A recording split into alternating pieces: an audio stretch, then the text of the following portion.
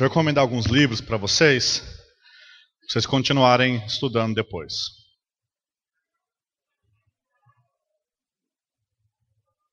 Se você quer entender o 9 Marcas de uma Igreja Saudável, o livro óbvio para você ler é o 9 Marcas de uma Igreja Saudável. Quantos já leram aqui? Levanta a mão se você já leu, só para eu ter uma ideia. Ok, tem muita gente que pode ler esse livro. Muito bom.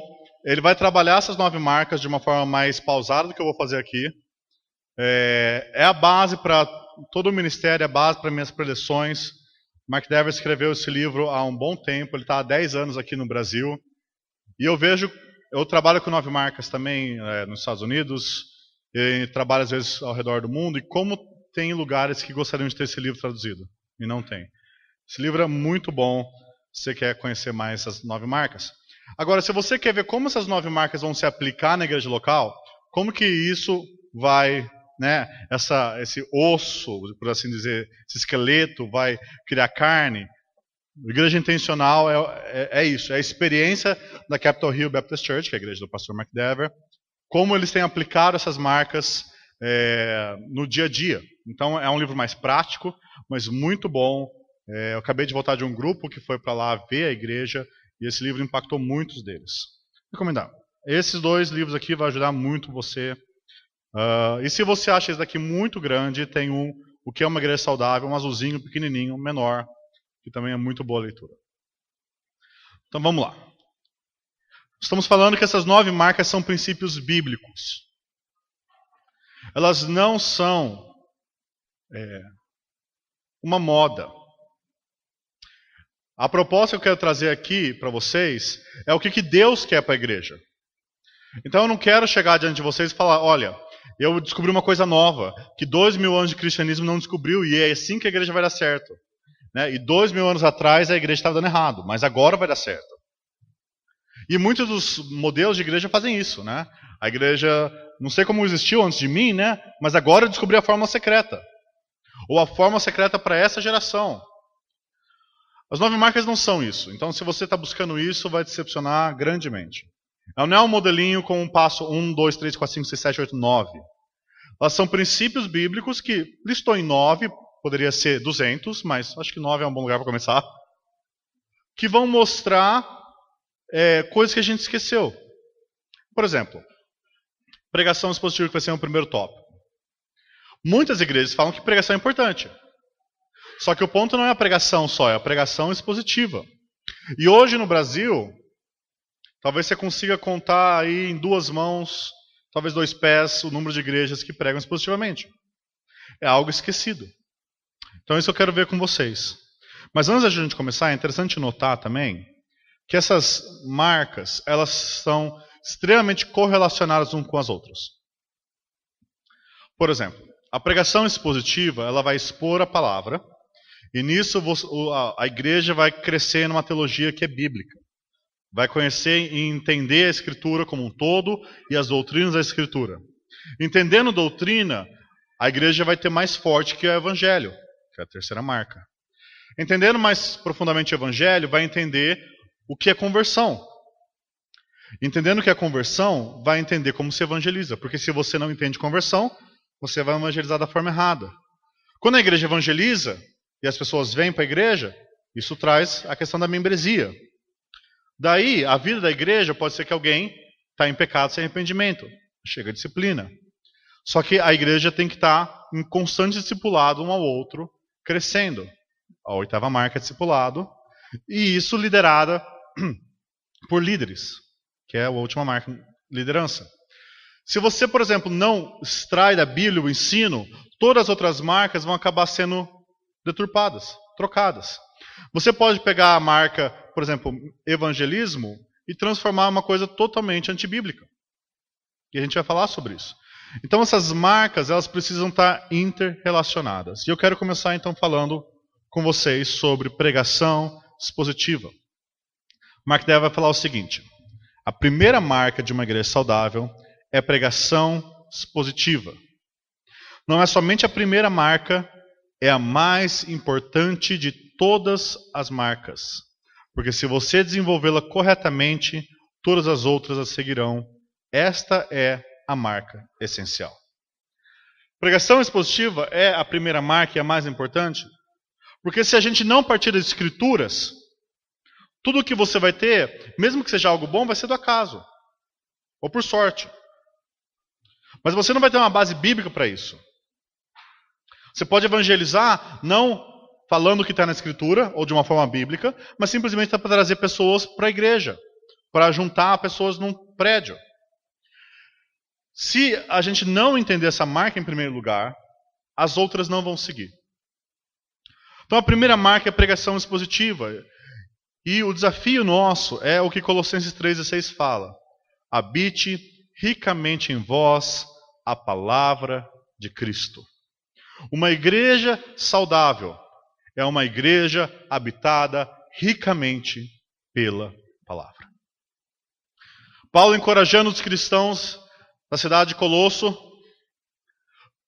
fala para eles, olha, a palavra de Cristo precisa estar habitando em vocês. Não só passando rápido. Não só fazendo um pit stop. Mas habitando diariamente, em todo momento, na vida de vocês. Todos. Não só na vida do pastor, mas na vida de todos vós. E não só habitando, mas habitando ricamente. Tem que estar transbordando da palavra de Cristo, do Evangelho e da palavra de Deus, da Escritura na vida de vocês. Uma igreja saudável é uma igreja onde essa Escritura ela é comunicada em tudo quanto é relação que a gente tem. Essa palavra de Deus, ela reverbera entre nós. Eu quero que você tenha essa imagem na cabeça. Reverberação é quando o som bate e ele vai voltando e ele vai amplificando. Diferente de eco, o eco quando você fala eco, e depois de um tempo você ouve eco mais fraco, a reverberação ela vai aumentando conforme o som vai batendo e voltando. E essa é a ideia. A palavra de Deus ela tem que reverberar do púlpito para a igreja, para o mundo. A palavra de Deus ela tem que estar em constante reverberação de um membro para o outro, do pastor para os membros, dos membros para os membros, do pastor dos membros para o mundo. A palavra de Deus tem que estar ecoando e reverberando em nossos corações em todo momento. E é por isso que a palavra de Deus precisa ser absolutamente central para uma igreja saudável. Não tem como você ter uma igreja saudável sem a palavra de Deus. Você pode ter um prédio cheio sem a palavra de Deus, mas não uma igreja saudável. Você pode ter uma multidão religiosa, como tem várias religiões com multidões seguindo, mas não é uma igreja de Cristo. Para uma igreja ser saudável, para uma igreja ser igreja, a palavra de Deus precisa estar sendo proclamada verdadeiramente. E essa palavra, como eu disse, precisa reverberar do púlpito para os membros e dos membros para o mundo. Então vamos ver por que a palavra de Deus precisa ser central. Veja que Pedro fala em 1 Pedro 1, 23 até 2, 2. Pois fostes regenerados, não de semente corruptível, mas de incorruptível, mediante a palavra de Deus, a qual vive e é permanente. Pois toda a carne é como a erva, e toda a sua glória como a flor da erva, seca-se a erva e cai a sua flor. A palavra do Senhor, porém, permanece eternamente. Ora, essa é a palavra que vos foi evangelizada. Despojando-vos, portanto, de toda a maldade, dolo, de hipocrisias e invejas, e de toda sorte de maledicência, desejai ardentemente, como crianças recém-nascidas, o genuíno leite espiritual, para que por ele vos seja dado crescimento para a salvação. Esse texto nos mostra a centralidade da palavra de Deus. Pedro está falando, vocês foram gerados, regenerados, nasceram de novo por causa da palavra.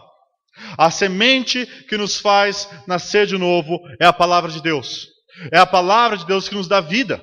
É a palavra de Deus que tira as pessoas da morte espiritual para a vida espiritual. Então, se você quer uma igreja com pessoas vivas espiritualmente, a palavra tem que estar lá. Mas não só isso.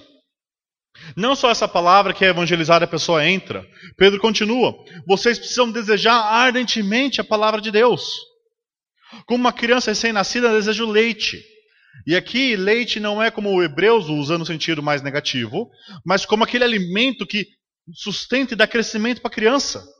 aquele alimento completo para a criança. Nós devemos, como uma criança, desejar ele ardentemente, para que seja dado crescimento para a salvação. Ou seja, a nossa santificação depende da palavra. O nosso crescimento na salvação depende da palavra. A palavra de Deus ela é central para a vida na igreja e para a santificação da igreja. Tanto o começo da igreja, na evangelização, como no crescimento durante a salvação, a palavra de Deus é central. Sem a palavra de Deus, só a morte. Com a palavra de Deus, a vida. Sem a palavra de Deus, o povo perece. Com a palavra de Deus, o povo frutifica e cresce e prospera.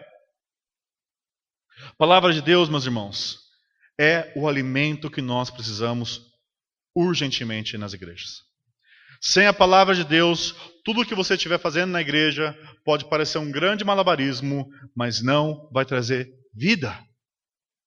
Só Deus pode trazer vida. Pensa na imagem lá dos ossos vales secos, em Ezequiel 37. O profeta fala, segundo a palavra de Deus, e aqueles ossos voltam a se juntar, a crescer carne, tendões. E o Espírito então vem, e eles têm vida. Quando a palavra de Deus age como o Espírito de Deus, há vida. E nós precisamos dessa vida. Uma igreja morta é uma igreja que não está ouvindo a Deus. Mark Dever vai falar no livro 9 Marcos de uma Igreja Saudável. O que tudo isso significa para nossas igrejas? Significa apenas que a pregação da palavra tem que ser absolutamente central. Não deve causar surpresa ouvir que a pregação correta e expositiva da palavra é fonte de crescimento da igreja. Estabeleça um bom ministério de pregação expositiva e veja o que acontece. Esqueça o que dizem os profissionais de crescimento da igreja. Observe pessoas famintas terem suas vidas transformadas à medida que Deus vivo fala com elas por meio do poder de sua palavra. A palavra precisa ser central, meus irmãos. E nós somos constantemente tentados a colocar nossa fé não no poder da palavra, mas colocar nossa fé em métodos. O último método que vai fazer a sua igreja crescer. A última técnica que vai fazer a sua igreja multiplicar. A última estratégia que vai fazer a sua igreja dar certo. E nós deixamos de confiar em Deus para confiar nos homens. Deixamos de confiar no poder da palavra de Deus, aquela palavra que criou o universo, e confiamos na palavra do homem, que não consegue nem mover nada. Meus amados, nós precisamos que a palavra de Deus seja central. Nós precisamos dar espaço para ela no culto. Na Reforma Protestante, teve uma mudança na arquitetura da igreja. Na Igreja Católica, o centro é a mesa da Eucaristia. O centro da Igreja Católica é você ir lá e tomar parte da Eucaristia e voltar para o seu lugar. Na Igreja Protestante, evangélica, o púlpito é o centro. Nós entendemos a importância das ordenanças de Cristo, mas nós sabemos que Deus nos fala através da sua palavra. E que as ordenanças sem a palavra são incompletas. A palavra precisa ecoar. A palavra precisa ser central. Graças a Deus por igrejas que têm a palavra pregada. E quando a palavra não é pregada, mas outra coisa é dada, você vai atrair aquilo que as pessoas ouvem. Se você quer uma igreja repleta de pessoas sedentas pela palavra de Deus, ofereça a palavra de Deus. Se você quer uma igreja sedenta de pessoas que querem dicas para a vida familiar, mas não estão nem aí para Deus, ofereça isso. O que você oferecer no púlpito ou nas organizações da sua igreja vão ser o que as pessoas vão vir buscar. E, aliás, pastores e membros, não existe alegria maior na sua vida cristã do que ver a palavra de Deus agindo poderosamente na vida do seu irmão. Quando você vê a palavra que você anunciou incrédulo e ele se converte e ele vai às águas do batismo, proclamando a fé dele em Cristo. E quando você vê a palavra restituindo a vida daquela pessoa, restaurando relacionamentos, levando aquela pessoa a crescer, a ser transformada e moldada à imagem de Cristo. Meus irmãos, isso é alegria. Números enganam. Mas quando você vê transformação real de vidas concretas, de pessoas com nome, isso dá alegria. E nós precisamos crer que essa palavra é poderosa, meus irmãos. Você ora pela pregação da palavra na sua igreja? Para que Deus, o Espírito, venha com poder falar através da palavra pregada. Para que Ele traga avivamento pela palavra pregada. Para que ao ouvir a palavra de Deus sendo pregada, 3.000 se convertam, como em Atos 2. Que as pessoas venham ouvir a palavra de Deus. Nós precisamos voltar a confiar na palavra de Deus e demonstrar isso através das nossas ações. Não sentar no culto incomodado que a palavra está longa. Mas se é Deus que está falando, meus irmãos, a coisa muda. Então essa palavra precisa reverberar no púlpito. Ela precisa fluir do púlpito. Nós precisamos entender que Deus edifica a sua igreja através da sua palavra e não da opinião dos homens. Veja que o Senhor fala ao profeta Jeremias: assim diz o Senhor dos Exércitos, não deis ouvidos à palavra dos profetas que entre vós profetizam e vos enchem de vãs esperanças. Falam as visões do seu coração, não o que vem da boca do Senhor. O papel do profeta no Antigo Testamento, o papel também dos pastores no Novo Testamento, é proclamar não o que vem do coração deles, não o que eles imaginam, não o que eles pensam, mas o que Deus fala. Aliás, pastores, nós não queremos saber o que você pensa. Nós queremos saber o que Deus fala, através do que você fala.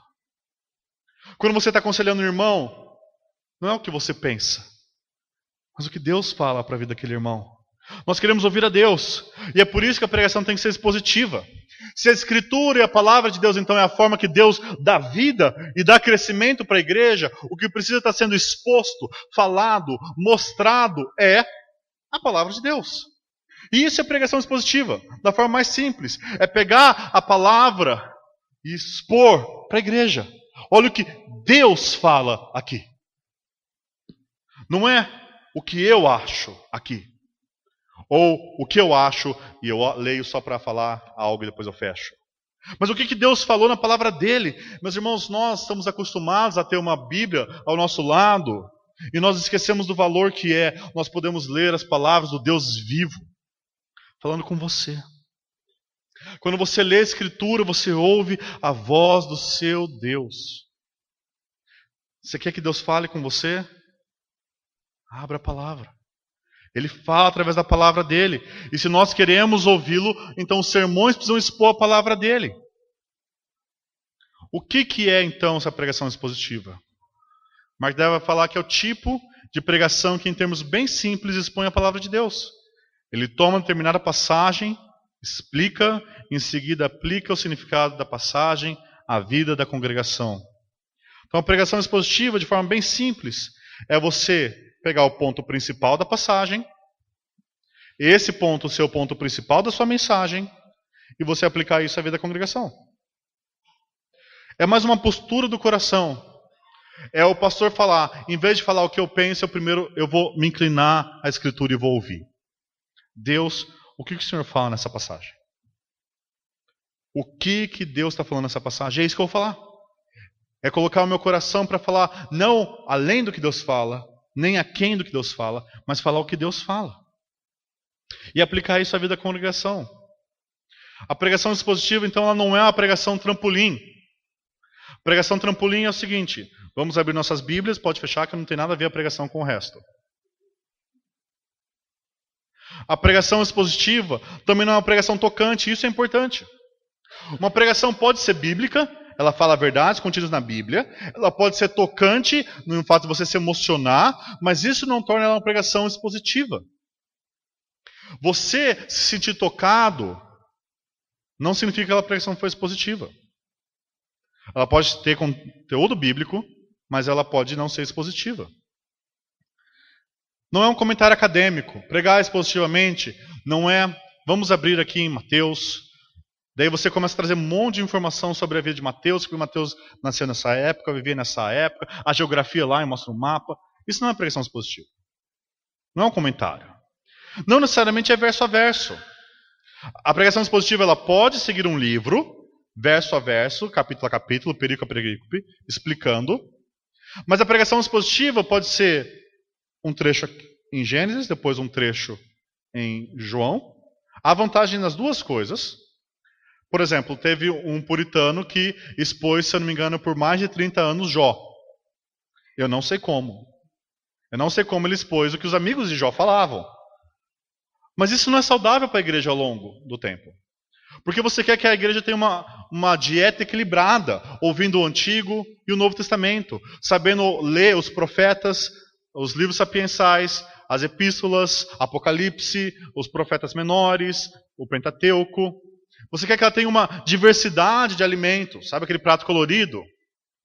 E isso não dá para fazer se você fica 30 anos expondo Jó. Só que por outro lado, é muito ruim também quando você vai de um lado para outro, de lado para outro, e a pessoa não consegue ter uma visão inteira de um livro, ou da história bíblica. E é por isso que a pregação expositiva precisa saber alimentar bem a igreja. É como, digamos, o pai alimentando os filhos. Você quer que a alimentação deles seja boa. O arroz, o feijão, a carne, a salada. E de vez em quando, você coloca uma batata frita lá, que é a pregação tópica. Um gostinho gostoso, mas vamos voltar naquilo que é saudável para o crescimento da igreja. Ou seja, a pregação expositiva não é exclusivista. Quando eu falo que a pregação tem que ser expositiva, eu não estou falando que uma pregação biográfica ou uma pregação temática não tem seu lugar. Você pode expor a vida de uma pessoa, né, a vida de Moisés. Você pode expor um tópico, igual eu estou fazendo aqui. Eu estou expondo um tópico chamado pregação expositiva para vocês, de forma tópica, por mais contraditório que seja isso.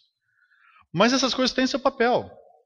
Só que a dieta da igreja, dominicalmente, precisa ser majoritariamente expositiva. E a pregação expositiva, ela também não é não evangelística. A gente precisa desassociar da nossa mente aquela ideia de pregação doutrinária e pregação evangelística. Como se a expositiva é doutrinária só. Mas, meus irmãos, se nós expomos a palavra, nós vamos expor o evangelho. Nós vamos expor Cristo Jesus, que é o fio condutor de toda a Escritura. E nós vamos chegar no evangelho. E nós vamos apresentar o evangelho ao incrédulo. A pregação expositiva é simplesmente a posição do coração do pregador em querer mostrar mais o que está no texto do que está nele. E isso é importante. Por exemplo, eu não sei se você já ouviu algumas pregações assim. Lembra quando Jesus acalma a tempestade? Lembra? Jesus acalma a tempestade, os apóstolos estão em pânico, tempestade. Jesus, não importa que morramos. Jesus fala, homens de pequena fé. E ele fala ao mar e o mar se acalma. Daí, o pregador lê isso daqui e fala, Jesus que acalmar as tempestades da sua vida. E a exposição foi para o brejo. Por quê? Mas não está no texto. Porque a postura do coração, ele não está querendo ouvir o texto e ver qual é o ponto do texto. Ele está querendo só usar aquele texto para dar a mensagem dele. É uma desculpa homilética, por assim dizer. Se você ler o texto com cuidado, você vai ver que esse texto está falando da autoridade de Jesus sobre as tempestades, sobre a natureza. E tanto que os apóstolos se assustam. Quem é esse que até o mar e o vento e as tempestades lhe ouvem? Esse é o ponto. Jesus, o Cristo, é o ponto. E daí então você pode falar, você precisa de Jesus na sua vida. Porque Ele é o enviado de Deus. Ele é aquele que acalma as tempestades. Ele é o enviado de Deus, que é o próprio Deus, que tem autoridade sobre todo o céu e a terra. Essa é a diferença. É você ouvir o que o texto está falando. E eu te digo, se você ouvir o que o texto está falando, você vai para Jesus. Porque a Escritura aponta para Jesus. Então, Dever fala, primeiramente, a natureza da pregação como proclamação da palavra de Deus significa que toda e qualquer pregação cristã deriva sua autoridade necessariamente de estar arraigada em e estritamente ligada à palavra de Deus, às Escrituras. Em termos mais precisos, qualquer coisa que não esteja arraigada, estritamente ligada à palavra de Deus, não é pregação, de modo algum, é apenas um discurso. Uma igreja saudável não tem como ser uma igreja saudável se o pastor chega e fala, eu vou falar o que está no meu coração hoje para vocês. Meu irmão, eu estou mais interessado no que está no coração de Deus. O que Deus quer falar para a gente através da palavra dele? E pode ser que isso está no coração do pastor, e deve estar. Mas é primeiro o que está na palavra de Deus. Se não está ligado à palavra de Deus, não tem autoridade. E isso é importantíssimo para o Brasil entender. A autoridade de um pastor está na palavra de Deus. Ele não tem autoridade a mais do que a palavra de Deus. E nem você, cristão. Você não tem autoridade para falar para a pessoa o que Deus não ordena. Você não tem autoridade para inventar mandamento. Você não tem autoridade para se colocar como Senhor da vida do outro. Jesus é o Rei. E nós somos servos. Nós comunicamos o que Deus quer que nós falamos. Isso tanto para o pregador como para nós irmãos. Nós precisamos entender que nós precisamos permanecer no texto. Nós não devemos ficar acima do texto, falando além do que o texto fala, inventando coisas sobre o texto, nem ficar abaixo do texto, minimizando a força ou a plenitude do texto. Quando Jesus fala sobre inferno, nós falamos sobre inferno, com toda a dureza que Cristo falou. Nós não minimizamos isso. Mas quando Jesus fala sobre graça, nós falamos sobre graça. Nós não inventamos lei para as pessoas seguirem. Nós precisamos estar, então, permanecendo no texto. E quando essa palavra, então, é pregada, ela tem que reverberar nos membros. Ela tem que ecoar em nossas vidas. O sermão de domingo, meus irmãos, precisa estar ecoando na sua vida durante a semana. E há muitas formas práticas de fazer isso. Você pode anotar. Uma forma de você lembrar. Você pode conversar com as pessoas durante a semana. Você, no jantar, pode perguntar, em vez de o que você achou da pregação do pastor? Porque daí está analisando o pastor, né? O pastor foi bom, o pastor foi ruim? Por que a gente não pergunta o que Deus falou na palavra e que tocou você? Durante a semana, encorajam os irmãos falando, olha, estou lembrando que o pastor falou no domingo, que Deus falou, e eu preciso ser encorajado a seguir a Cristo. Eu quero encorajar você a seguir a Cristo também. Nós precisamos estar reverberando isso, e nós precisamos, então, ser bons ouvintes de sermões positivos. Nós precisamos ser como os bereanos que inclinam os seus ouvidos para ver se aquilo estava realmente na Escritura. Nós precisamos buscar valorizar a pregação que expõe a palavra de Deus. Nós, membros, precisamos nos regozijar quando a palavra de Deus é falada, mesmo quando não é falada de forma articulada. Mesmo quando não é o pregador mais eloquente. Porque se é Deus que está falando, é Deus que está falando. Quando o pregador expõe a palavra de Deus fielmente, não é o pregador que fala mais. É o próprio Deus que fala. E nós precisamos curvar nossos corações ao que Deus fala. Então, mesmo que ele não seja um bom pregador, mesmo que ele falte técnicas de homilética, que ele pode melhorar, e deve, mas se ele está falando o que a palavra de Deus está falando, é Jesus que está falando, meu irmão. E nós precisamos curvar nosso coração para isso. Ou nós vamos estar rejeitando o que Jesus fala. E nós precisamos receber com corações humildes e com corações com discernimento também. Nós precisamos averiguar todas as coisas e também valorizar aqueles que pregam positivamente. E depois de ouvirmos bons sermões positivos, nós precisamos também transbordar da palavra de Deus. Essa palavra de Deus precisa estar no nosso dia a dia, nosso conversar com os irmãos. É tão fácil nós ficarmos falando de tantas programações, jogos, esportes, notícias, redes sociais. Mas essa palavra de Cristo muitas vezes não habita ricamente em nossa boca. Leia a palavra de Deus, meus irmãos. Tem no Voltemos Evangelho 10 planos de leitura bíblica e leitura orante para te ajudar. Tem uns mais espaçados, tem outros mais intensivos. Leia a palavra de Deus. Como que você vai ser um cristão firme se você não conhece a palavra de Deus? E transborde isso. O texto que eu li no começo continua assim: habite ricamente em vós a palavra de Cristo, instruí-vos e aconselhai-vos mutuamente em toda sabedoria, louvando a Deus com salmos e hinos e cânticos espirituais, com gratidão em vosso coração. E Paulo está falando isso não para os pastores, mas para a igreja inteira em Colosso. Igreja inteira, ouça, a palavra de Cristo precisa habitar ricamente em você e precisa extravasar. ao ponto de você instruir um ao outro com a palavra de Deus, aconselhar um ao outro com a palavra de Deus, louvar a Deus segundo a palavra de Deus. Essas coisas precisam estar transbordando e fervilhando em nosso coração. Mas se você não se alimenta durante a semana, como que vai transbordar? E essa palavra, quando ela está transbordando em nós, ela então extravasa para o mundo. Quando nós estamos transbordando a palavra de Deus, falar da palavra para o incrédulo fica tão mais fácil. Quando o evangelho está grande nos seus olhos, você está olhando o evangelho em toda a sua glória, é tão fácil compartilhar o evangelho. Então, meus amados, ouçam o que Paulo fala. Conjuro-te perante Deus e Cristo Jesus, que há de julgar vivos e mortos pela sua manifestação e pelo seu reino. Prega a palavra. Paulo, já vendo o fim da vida dele, ele chega para Timóteo e fala: Timóteo, diante de Deus, não tem um lugar maior para estar. Diante de Cristo Jesus, não tem um lugar maior para estar. De Cristo Jesus que vai julgar vivos e mortos naquele último dia, quando ele se manifestar. Diante do que há de mais alto em todo o universo. Timóteo, eu quero falar uma coisa para você no seu ministério. Prega a palavra. E esse é o mandamento para vocês, pastores. E vocês que almejam ser pastores. É isso que Deus fala para vocês. Confia na minha palavra e prega a minha palavra, que você vai ver que o que a minha palavra faz. Ela é poderosa. E vocês, membros, valorizem pastores que expõem a palavra de Deus.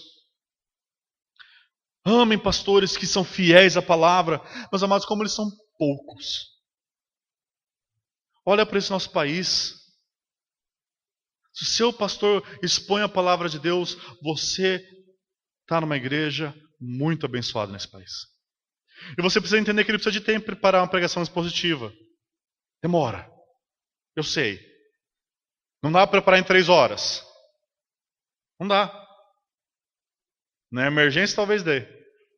Mas se você quer preparar uma pregação expositiva com cuidado e amor, se você quer ir para a cozinha teológica e cozinhar um bom prato de pregação para a sua igreja, demora tempo. E você precisa entender que seu pastor precisa de tempo para isso.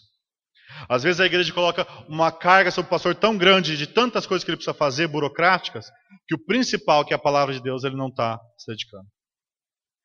A igreja precisa estar consciente disso e saber que a melhor forma que o seu pastor pode pastorear vocês é trazendo um prato rico aos domingos. Nós precisamos entender isso. E lembrando que Pedro fala, nós precisamos desejar ardentemente a palavra de Deus. Pastores, lembrem que não é a sua palavra que dá crescimento à igreja, não é a sabedoria do homem que dá, mas é a palavra de Deus. E membros, sejam como os de Bereia. Garantam que o púlpito permaneça fiel.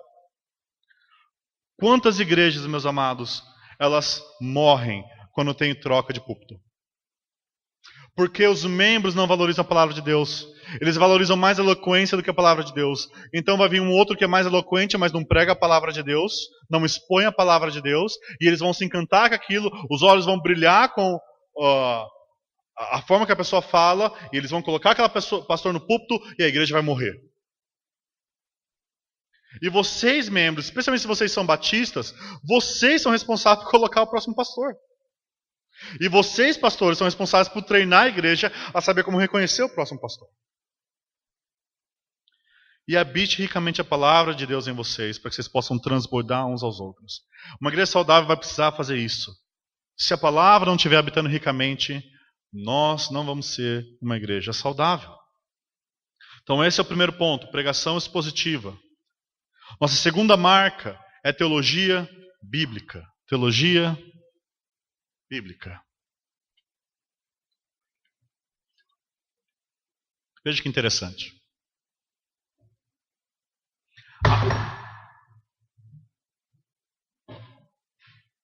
Atos 2, 41 e 42.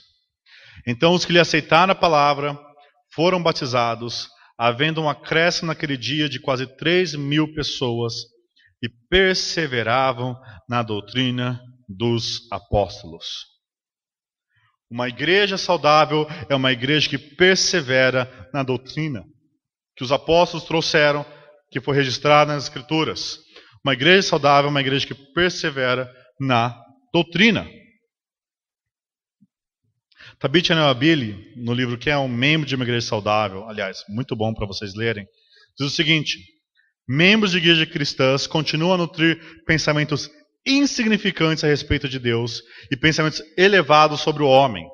Esse estado de coisas revela que muitos cristãos têm negligenciado sua principal vocação, conhecer o seu Deus. Todo cristão deve ser um teólogo no melhor e mais íntimo sentido da palavra.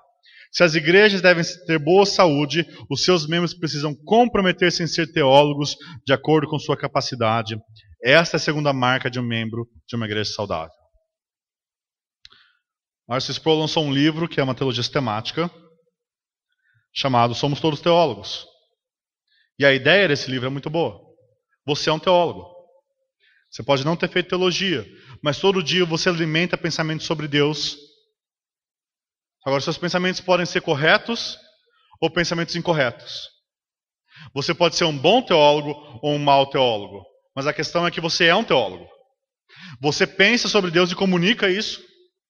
E a forma como você pensa sobre Deus, você vai comunicar. E o mal da nossa geração é que nós temos pensamentos muito pequenos sobre Deus e muito grandes sobre o homem. Nós precisamos valorizar a doutrina. Para crescermos em saúde, precisamos valorizar a doutrina. E eu me pergunto a vocês, você tem valorizado a doutrina? Ou você acha que doutrina é coisa que traz divisão? Doutrina é coisa fria. Doutrina é coisa para teólogo e pastor. Nós precisamos valorizar a doutrina, como eu disse. A igreja que nasce em Atos, eles perseveravam na doutrina. Eles recebiam e mantinham a doutrina. Nós precisamos entender a importância da doutrina. Precisamos entender como a gente aprende sobre doutrina. Precisamos entender a prática que a doutrina traz. Precisamos entender os benefícios da doutrina. Doutrina é importante, amados. É importante porque a nossa vida como cristão é conhecer a Deus. A essência da vida cristã é conhecer a Deus. Jesus fala, e a vida eterna é esta, que te conheçam a ti, o único Deus verdadeiro, e a Jesus Cristo a quem enviaste. Conhecer a Deus é o que é ser cristão. A vida eterna que Jesus prometeu para nós, que está na raiz do que nossa mensagem, do que nós falamos, é conhecer a Deus. Não só um conhecimento de fatos, não um conhecimento de alguém num laboratório analisando um micróbio, mas o conhecimento de um povo que ama o seu Deus.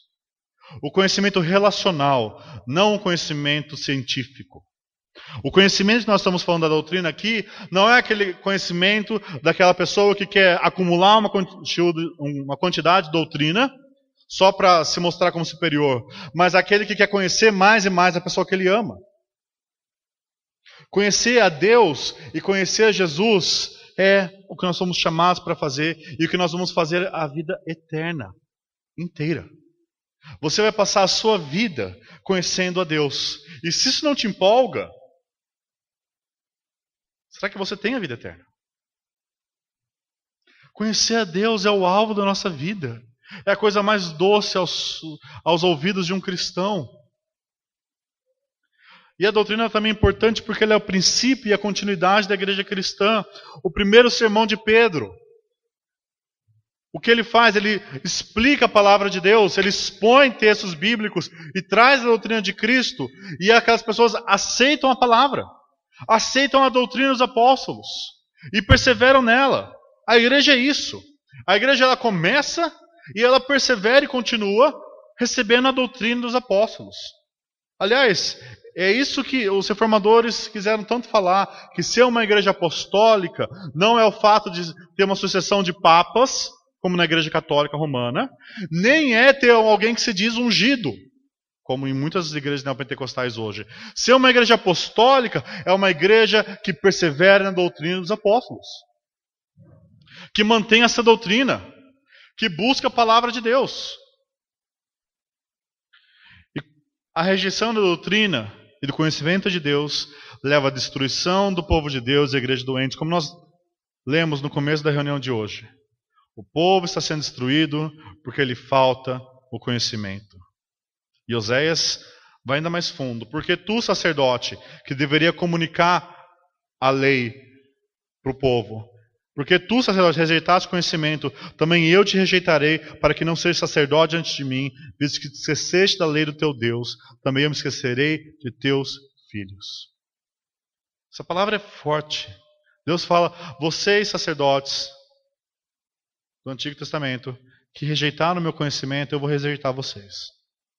E a mesma coisa acontece com todos nós e com os pastores. Quando nós rejeitamos a palavra de Deus e a doutrina do nosso Senhor, nós estamos rejeitando o próprio Deus. E Ele irá retirar o seu candelabro do meio de nós. Já Packer, no livro Conhecimento de Deus, aliás, é um livro que eu recomendo muito vocês lerem, ele fala o seguinte: a ignorância sobre Deus, ignorância tanto de seus caminhos como da prática da comunhão com Ele, tem relação direta com a fraqueza da igreja moderna. Isso é interessante. Porque nós pensamos que uma igreja é fraca, muitas vezes porque falta atividades, porque falta comunhão. E essas coisas de fato são importantes. Mas poucas vezes nós pensamos a igreja é fraca porque falta conhecimento de Deus. Porque falta doutrina.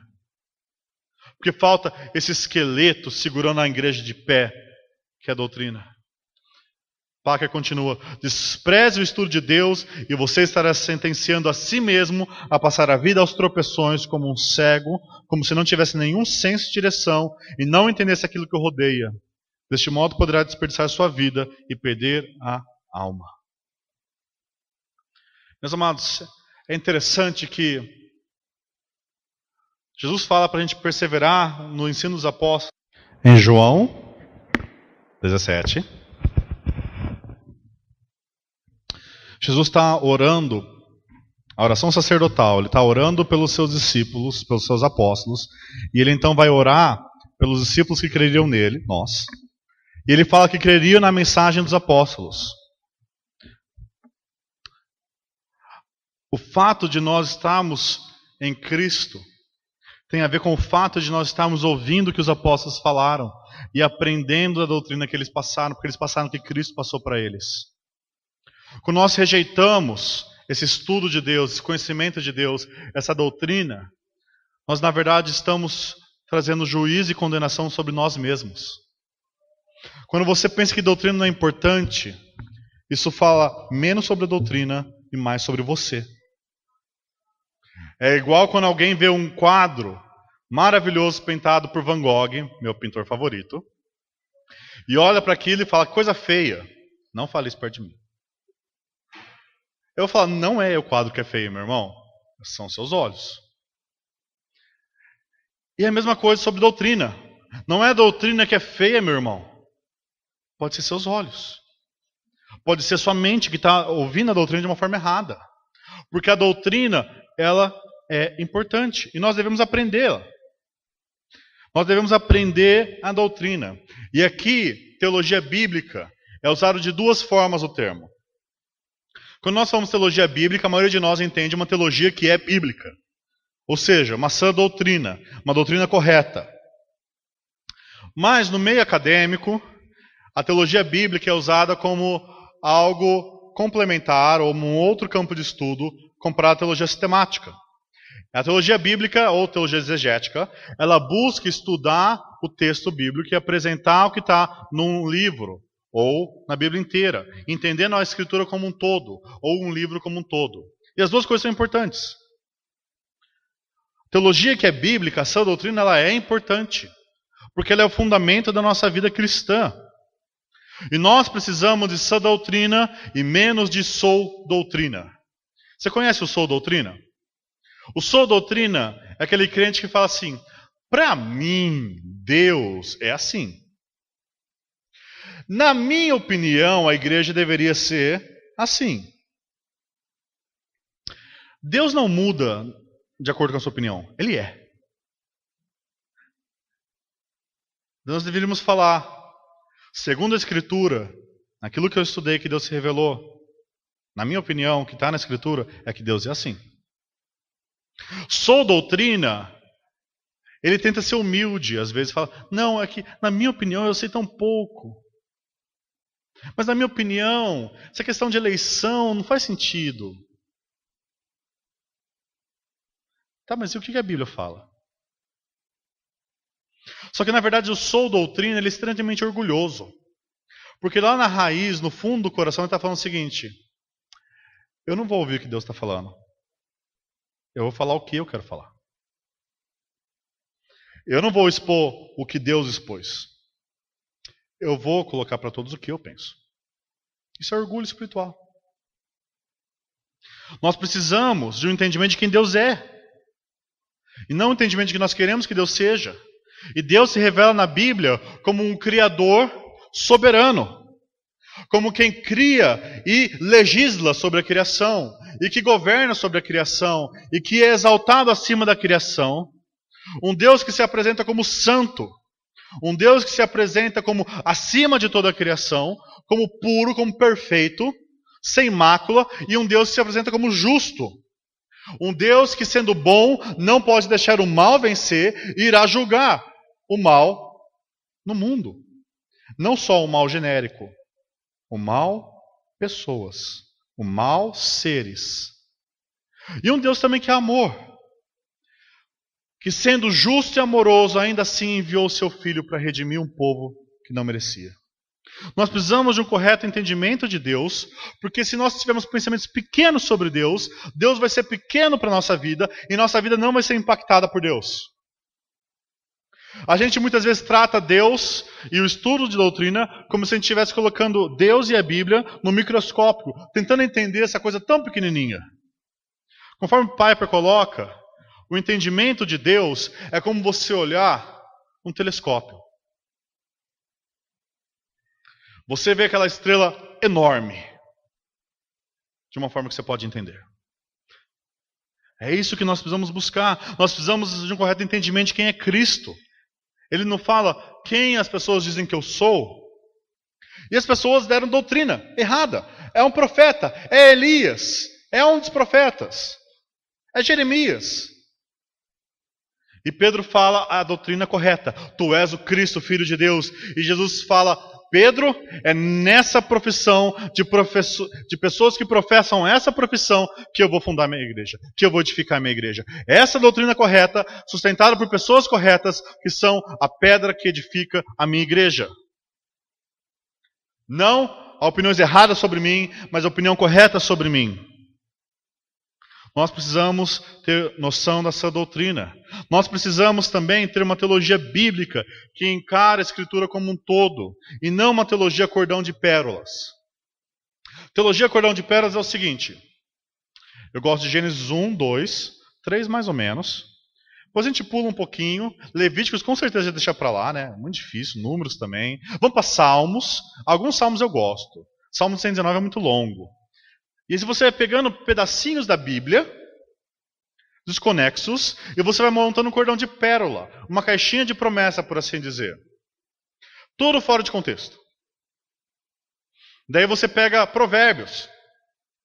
E você pega aquele provérbio que fala, ensina a criança no caminho que deve andar, e quando envelhecer não se desviará dela. E você tira totalmente do contexto do que Provérbios é dentro da Escritura, e você fala, ó meu irmão, se você ensinar a Bíblia para o seu filho, ele vai virar crente. Como se você tivesse poder para converter alguém.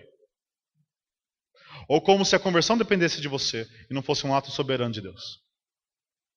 Mas quando nós entendemos onde Provérbios se encaixa na Bíblia toda, como um livro que analisa a vida cotidiana e apresenta coisas que normalmente acontecem, como a sabedoria do rei que analisa as coisas com prudência, nós vamos entender que, de fato, quando você ensina a criança a andar, ela normalmente segue o caminho certo. Só que você transformar aquilo numa promessa ou num mandamento, você não entendeu o que Provérbios é. E você, então, com essa teologia de cordão de pérolas, acabou destruindo uma pérola. Ou você pega textos fora de contextos. Você pega lá Porque Deus amou o mundo de tal maneira que deu seu Filho unigênito para que todo que nele crê não pereça, mas tenha vida eterna. E você começa a tirar coisas desse texto que não está lá. Está vendo? Todo mundo tem capacidade de crer. Não é isso que o texto fala. Como que esse texto encaixa no texto anterior? E como que esse texto encaixa na Bíblia inteira? Nós precisamos entender que a Escritura é uma grande história da redenção. E foi assim que eu comecei com vocês falando que as duas promessas de Abraão e Davi se cumprem em Jesus e estão estendidas pela igreja. Nós precisamos entender que esse livro é a história que nosso Deus contou. Em milhares de anos, em diversos autores, em diversas formas, com um personagem principal só: Jesus. Ele é a linha que une todos os livros da Bíblia. Ele é aquele que foi prometido desde o começo em Gênesis 3. Ele é através de qual todas as coisas foram criadas nos céus e na terra.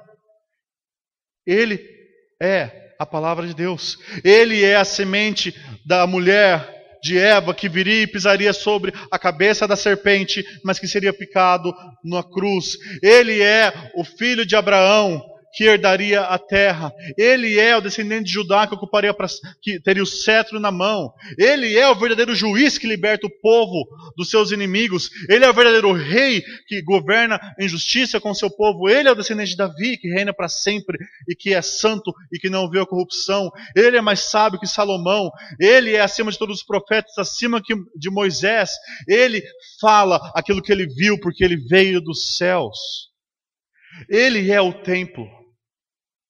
Quando você começa a estudar teologia bíblica, você vê coisas tão lindas na Escritura. O seu amor pelas Escrituras vai aumentar, eu te garanto isso. Quando você entende, por exemplo, vou pegar um fio de teologia bíblica, o fio da habitação de Deus. Gênesis 1 e 2. Deus cria um lugar para o homem habitar e para Deus habitar com o homem. O Senhor andava no jardim e conversava como amigo com Adão. Que coisa gloriosa. Imagina desfrutar da presença direta de Deus. Conversar com o Senhor, ouvi-lo e falar com Ele. Mas Gênesis 3 chega. O homem ouviu a serpente. O homem escolheu ouvir a serpente. E o homem é exilado do Jardim do Éden. Não mais o homem vai habitar na presença de Deus, naquela doce e intensa presença de Deus. O homem está afastado de Deus agora. Só que Deus continua mostrando sua graça e se revela pontualmente a Abraão, a Moisés. E a Moisés ele fala: construa um tabernáculo conforme o que eu vou te mostrar. E então Moisés, obedecendo a palavra de Deus, constrói um tabernáculo que reflete o tabernáculo celeste onde Deus habita. E Moisés ora entregando o tabernáculo e Deus vem com poder e glória sobre aquele tabernáculo. Deus está habitando no meio de seu povo. Não plenamente como em Gênesis, mas está habitando.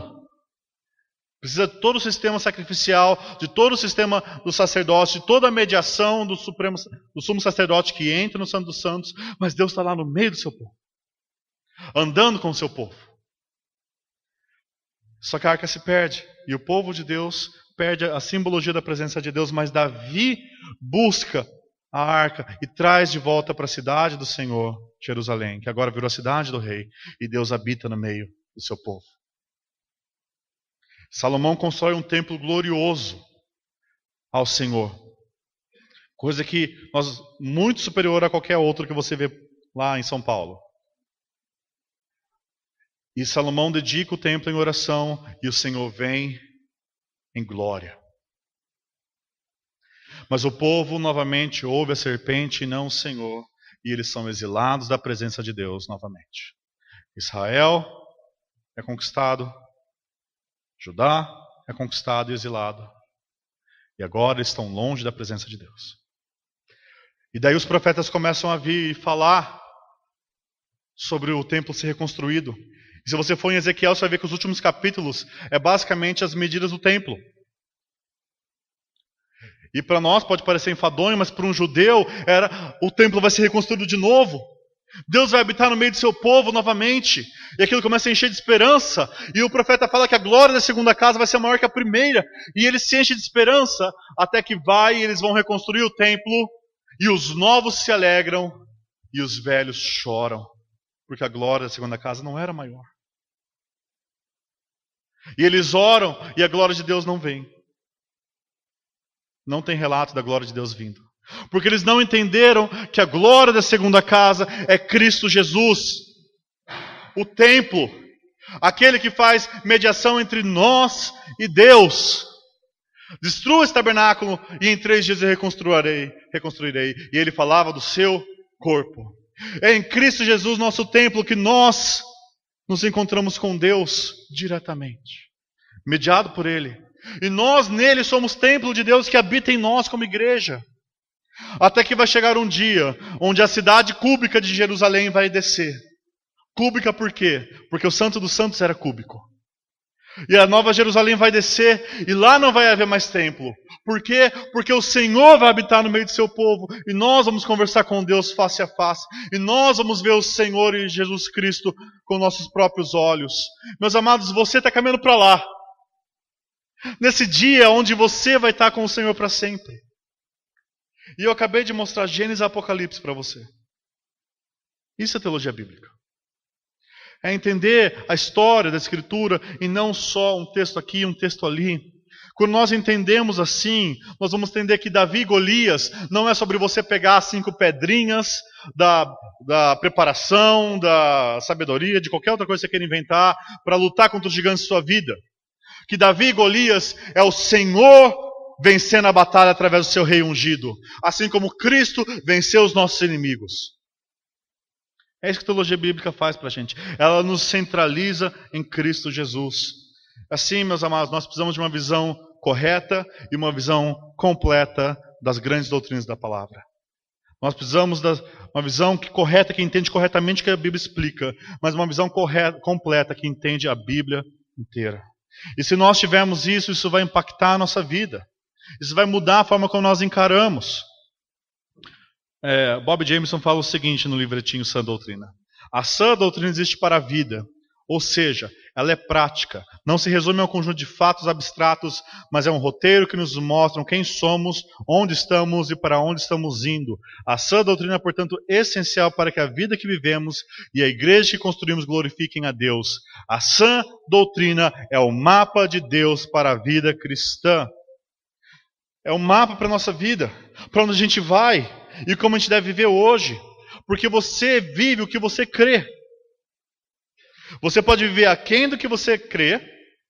Mas se você crê coisas falsas sobre Deus, você vai viver de forma falsa com relação a Deus. Para que orar se Deus não é soberano? Para que orar se Ele não é todo-poderoso? Para que evangelizar se Deus não tem poder para mudar corações? A doutrina guia a nossa prática. E a doutrina está relacionada com a prática. Paulo fala em Tito 1, para promover a fé. Esse é o chamado de Paulo, ele entende, do apostolado dele. É promover a fé que é dos eleitos de Deus e o pleno conhecimento da verdade segundo a piedade. Ele busca mostrar a verdade aos eleitos de Deus, que é segundo a piedade. A verdade está de acordo com a piedade. E nós temos o costume de separar essas duas coisas. Nós temos o super conhecedor da Bíblia e o super piedoso. O homem de oração e o homem de teologia. E na Escritura essas duas coisas andam juntas. E ai de nós por divorciar as coisas que Deus colocou juntas. Pedro vai falar, visto como pelo seu divino poder nos tem sido doadas todas as coisas que conduzem à vida e à piedade. Deus nos deu todas as coisas que nós precisamos para a vida de piedade. E o que é? Através do que é, Pedro? Pelo conhecimento completo daquele que nos chamou para a sua própria glória e virtude. Tudo que você precisa para a vida e piedade é pelo conhecimento de Cristo Jesus. Essa doutrina. Nós precisamos disso. Nós precisamos dos benefícios que essa doutrina traz.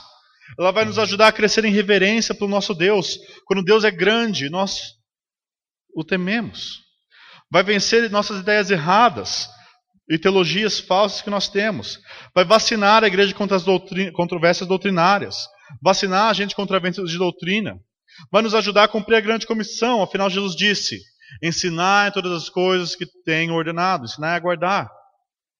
E vai aprofundar nosso entendimento do Evangelho conforme eu mostrei para vocês. Eu expus o Evangelho agora da habitação de Deus em nós através de Cristo Jesus.